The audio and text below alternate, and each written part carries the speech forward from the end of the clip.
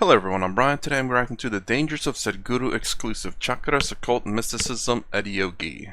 So, I'm curious about this one, the dangers of Sadhguru exclusives. I have heard people ask me to react to those. I don't necessarily know where they're at. But anyways, I try to keep up. I've been doing terrible with the requests lately. It's been a crazy month. Perhaps 2 or 3, I don't know, it's been flying by. But anyways, let's go ahead and give this video a shot. I have been warning our teams of the dangers of the Sadhguru exclusive. Too many things which have been spoken in very close groups, who were at a certain level of seeking, certain things were said. But now, everybody picks this up and it'll become like this, can I move my anahata chakra here, there and become loving? So this you don't do technically, I will move my chakra here to here, maybe your liver will malfunction. Please don't get into this kind of things because you're talking beyond yourself. First of all, stop talking about this chakra business, because you have not seen it. Did you see wheels moving? Hello? Wheels? I get it.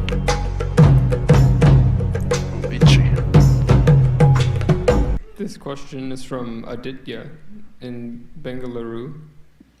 Sadhguru, I rarely experience love within myself, and I tend to see the worst in everyone. In the Prana series of Sadhguru exclusive, you talk about the possibilities of moving the anahata chakra to become loving. Whoa. Is he married? Then say that. Is this possible for me? How can I do it? Okay.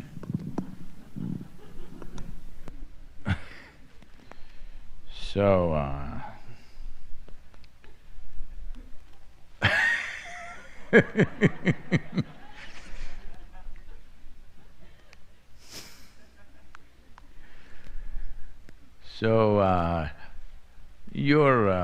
you're thinking, first of all, you're thinking love is a device. No, love is a consequence. Love is a consequence of being in a certain way within yourself. Love is not a device to get what you want. So all this time I was talking about wooing Bhairavi. The reason why it does not work for a whole lot of people, whether it's Bhairavi or if… I don't know what's your wife's name why it doesn't work is, you're using love as a device, devotion as a device. It is not a device, it's a consequence of allowing a certain dimension of intelligence to function within you. When I say a certain dimension of intelligence… Sorry, real quick. This is something I've noticed Sadhguru always says. It's like, when I say a certain… when I say something, it's… I guess I finally found out what Sadhguru's quirk is. I'm sorry to interrupt, but it's just something… it took a while. Words are a little bit more difficult to combine in terms of quirks, but Lakhani's always taking on and off his glasses. But anyway, I find it interesting. It's like, I wonder why… I get it, because he has to kind of explain the situations, but it's kind of funny in my opinion. Little quirks everyone has, you kind of pick up on. The logical sense of our intellect wants to dissect everything and see. When you understand that dissection is a good thing,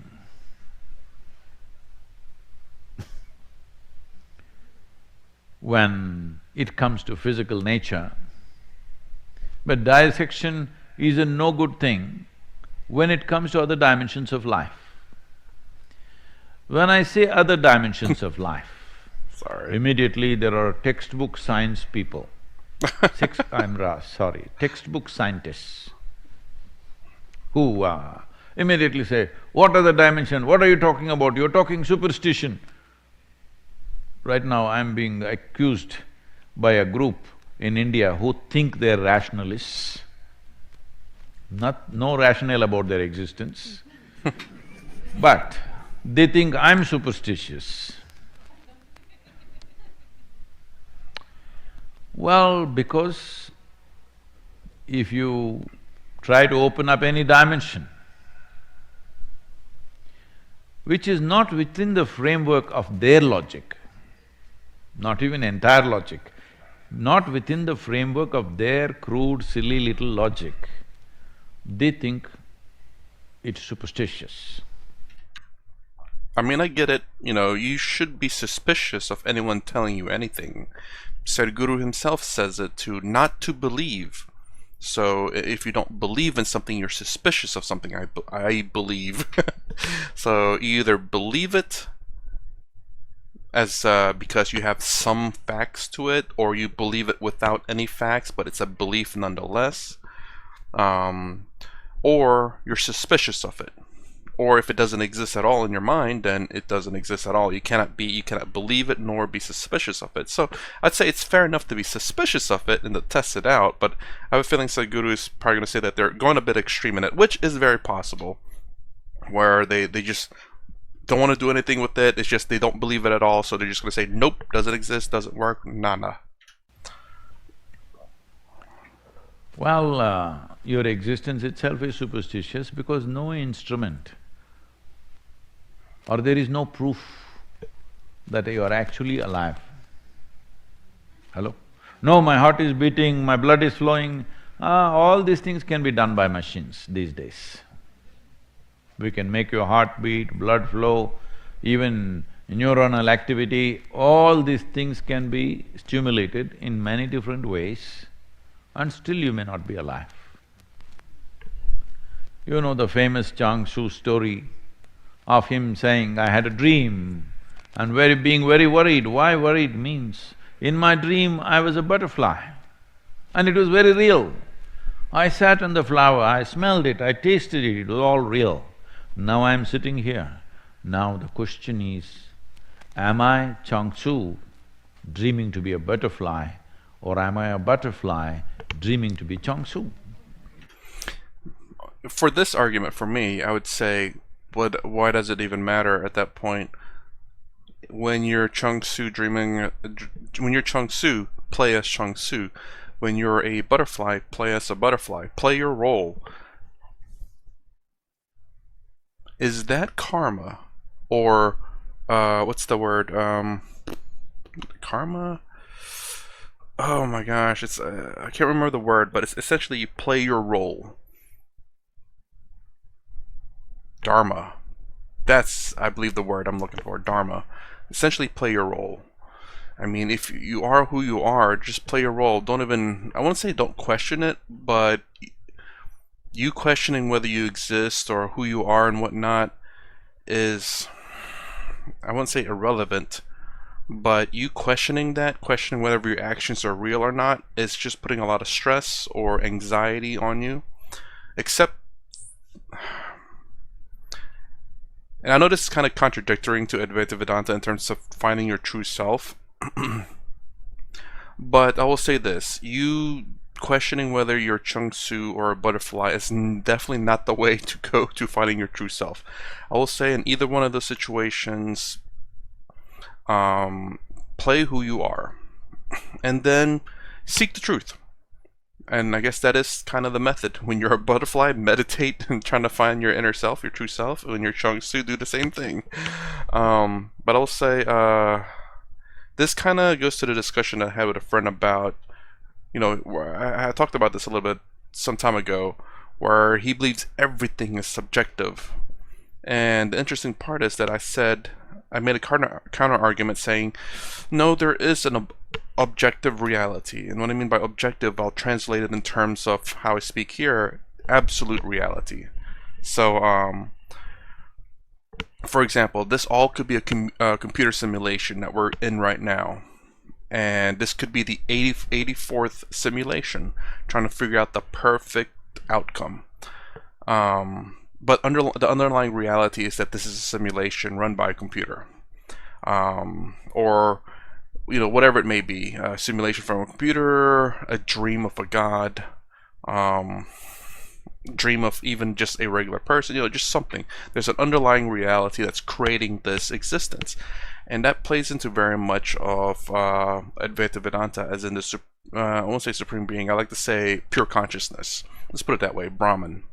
Where pure consciousness, that being the underlying reality of this existence being false, Maya, and underlying truth, reality, absolute reality is Brahman. Amazingly, whenever he said that, and he said that everything's subjective, and me saying there's an underlying reality made me realize I just said I spoke Advaita Vedanta without realizing it, because there's an underlying truth. For us to even question something means there's something in reality, something causing us to be real. Even if everything that our thoughts are fake, our eyes are fake, our vision is fake, there's still an underlying reality making us experience this, even if the experience is fake. Hope that made sense. Because dreams are that real. Hello? So you have really no proof? Are you alive? No, Sadhguru, my feet are frozen.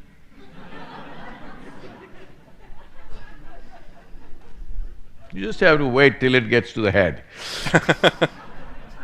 That's too late by that point. I think what Nikola Tesla said is very significant, but unfortunately in the last century still most of the scientific community or these textbook scientists definitely have not taken to it. Nikola Tesla, who has in many ways revolutionized modern science with his study and discoveries, said, "The day science begins to study non-physical phenomena, the day science begins to study non-physical phenomena, it will make more progress in 1 decade than in all the previous centuries of its existence." Nikola Tesla. Oh, real quick to talk about that. That's kind of hard, honestly, because non-physical. The problem, I guess, being that it is still something that we have to experience, something that we have to measure. The only reason why I say that is because if it is immeasurable, unexperienceable, then we can never interact with it. We can never do anything to it. So there's no point in troubling ourselves with something that we cannot do anything about. This goes to my my way of life. That when there's an issue that comes up, there's 2 things you can do: do something about it, or don't do anything about it. Can you do something about it, or can you not do anything about it? If you can do something about it, then do something about it to fix it. Or don't do anything about it. If you can and you choose not to, but realize that you chose to. If you can't do anything about it, what's the point of worrying about it? If you cannot physically make changes to it, if you cannot change your path, then you worrying about it is definitely you stressing, crying, anger, everything at it, happy, joy, doesn't matter. Cannot change it, you cannot change it. Now, can you say you try? Sure, but be logical about it. Understand about it. Because, again, if it is something that you cannot absolutely change, then you worrying or crying about it, getting angry at it, it's not going to do anything. So, I guess that's the kind of thing, though. It's like the non-physical, sure. I guess the most important thing is whether we can interact with it or not. If we can only observe it, sure, we can predict certain things, but we can't really change the outcome. Does that make sense? So, you are thinking all phenomena has to be between cause and effect. See, if you're understanding love as a sexual response, there is a cause and effect. If you're seeing love as a dimension which is tremendously transformative within yourself, then it is not between cause and effect, because it's not a transaction of any kind. So now you also picked up this little bit of jargon from where? From Sadhguru exclusive, is it?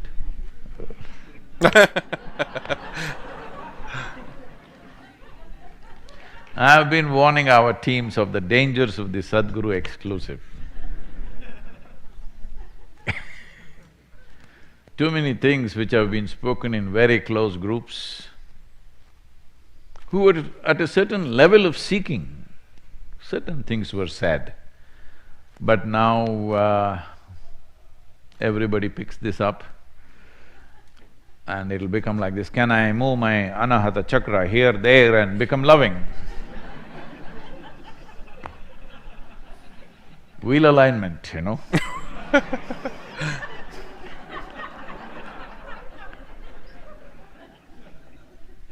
It's a six-wheel truck.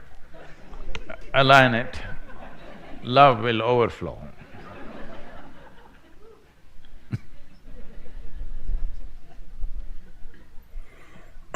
Well,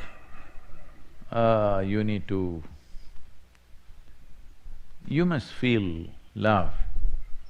Like how right now I am feeling hunger in my stomach. Hello?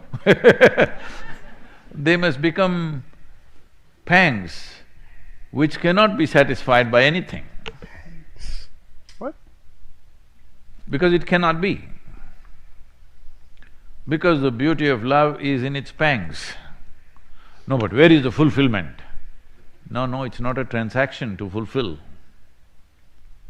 It is just that, to burn with it.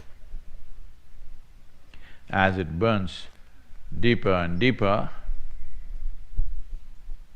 from pain it becomes liberation, just like cremation, you know. Hello? Yes, love is a kind of cremation. It burns you up. This is why probably somebody must have experienced something to come up with the term falling in love. Falling does not suggest a transaction. Hello? If you do a transaction, naturally it must be profitable to you, isn't it? Hello? Because if you do a transaction where you're going to lose, you're a dumb whatever. Because each one of you have your own terminology, I'm leaving it to you to complete the sentence, because we are in United States, you know. I'll leave that to you. But you're definitely dumb. If you make a transaction and you're a loser, that is a dumb transaction. But if love is not a transaction for you, it's just a burning flame within you. Initially it hurts because it burns the skin. When it burns the core of who you are, it's a liberation. It's an absolute liberation. So this you don't do technically, I will move my chakra here to here. Maybe your liver will malfunction.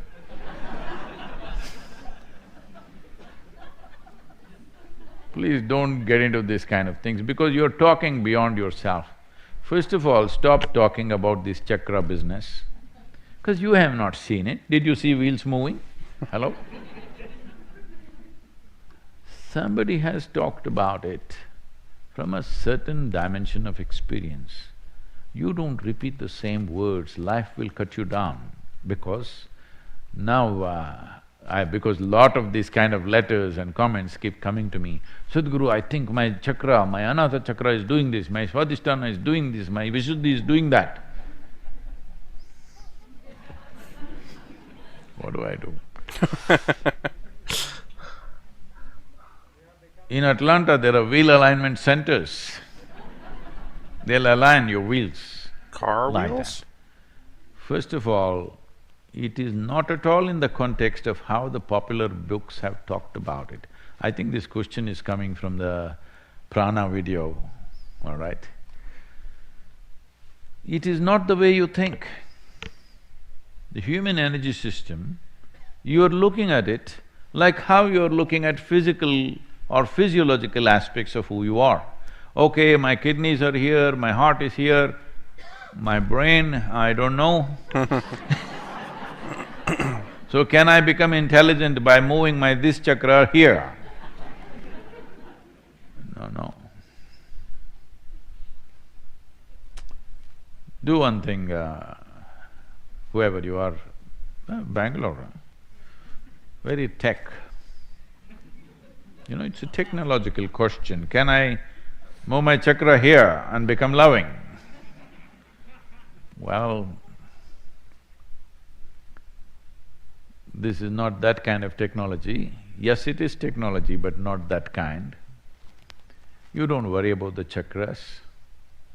If you're a sensible human being, you will naturally be a loving human being. Get some sense into your head. Sense means this. Let me put sense and senselessness into a very fundamental perspective. If you sit here, the simple sense of life is, if you don't have to know any knowledge, you don't have to know scriptures in the world or teachings or nonsense, nothing. If you sit here, you know for you to be alive, you must be breathing. Even if you can avoid your breakfast, still you have to be breathing. Breathing means the internal part of your lungs are here, fearing COVID. The external part of your lung is the whole bubble of this atmosphere. If you can't see beyond that, at least this much you can see. Oh, my existence is not absolute. My existence is… In 60 years of life, a man is supposed to eat something like 1400 tons of food. In case you have graduated over that, all right, 1500, I leave it to you. Are you carrying 1400 tons of food right now in this body? Dang, did it go from 16 to 15 to 14? Thank you.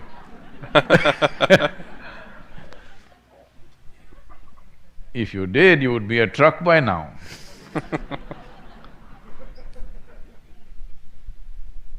Or a cargo ship, actually. No, you're just carrying that many kilograms. What does this mean? It simply means, what you think is my body today is not so tomorrow. Material has changed, I'm saying. Yesterday's body is not fully there today. Something new has come in. What is today's body is not there tomorrow, something new has come in. If you experientially understand what you think is body, what you think is myself, thoughts which were not there in you yesterday could have come into you today. Emotions which were not there in you yesterday could have come into you today. Yes or no? Body which was not there in you yesterday could have come into you today. When this is the case, from where the hell are you getting the sense of absoluteness about yourself, me? If you just understand this much, you will become sensible. Otherwise, you will sit here like a senseless lump. Yes, because you think you're absolute me. Just if you relax this, it doesn't need any spiritual teaching, no scripture reading, no looking at heaven, no nothing. Simply little bit of sense. Naturally, everything that is naturally possible in the human being will rise up, including your love. Yes, your intelligence, your love, your expression, your articulation, your capabilities, everything will rise simply because you have come to sense. This is all you need. After that, beyond that, you want to seek the ultimate nature, because when sense comes, naturally that aspiration also will come. When that comes, then I must come in to guide you. Right now, I'm moving you from the basics, from the kindergarten, trying to tell you, see, somebody got it, I'm not the body. Why do I have to tell you? If you had paid attention to the food that you're eating, and when you shit, you would know I'm not the body. Hello? Hello? That's all it takes. If you know that you eat yourself, when you say, I'm eating my food, in some way you're eating yourself, isn't it? Hello? So if food is yourself in some way, in your experience right now, the earth also should be yourself, isn't it? Because that's where the food came from. This doesn't need any enlightenment, just a little bit of sense. Someone screamed. So if sense blossoms, becoming inclusive, becoming loving is a natural consequence. You don't have to move your chakras.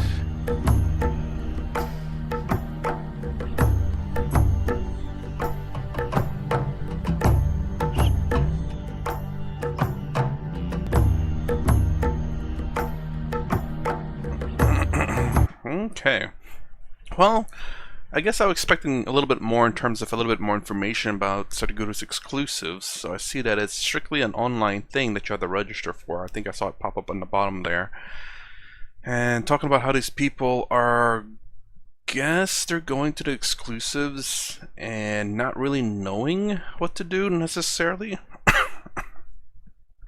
Which Sadhguru talks about how it's a little dangerous because they have no one to guide them.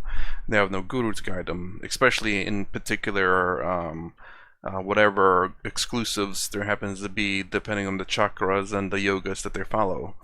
Them trying to do it on their own.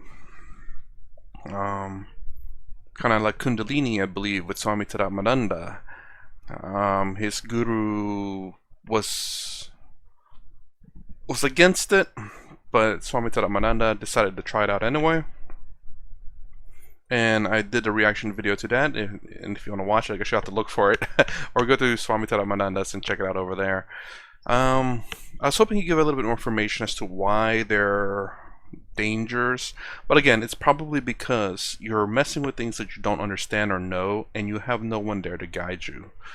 I think this is what people earlier in my channel were suggesting, is to do Sadhguru exclusives, but I'm still trying to learn, and if it's really far out there, like occult or mysticism, it's going to be very difficult for me to believe or understand, just because it's not something that I'm going to do anyway, because one, well, here you go, Sadhguru said it's dangerous to do it, and two, I believe in one of his other videos he said it's dangerous to do because if you don't know what you're doing, you can really mess things up. You need a guru or someone to guide you through it, which I do not have. So something that I could, I guess, potentially just watch and experience, I suppose, in terms of just visually and audible, and maybe give my opinion about it, but I don't think there's going to be very much opinion about it, just because it's something that you have to do and not necessarily listen. So anyways, that's my reaction to the dangers of Sadhguru exclusives. If you like my content, please consider subscribing, thumbs up, thumbs down below. Thanks for watching. I'll see you in the next vid.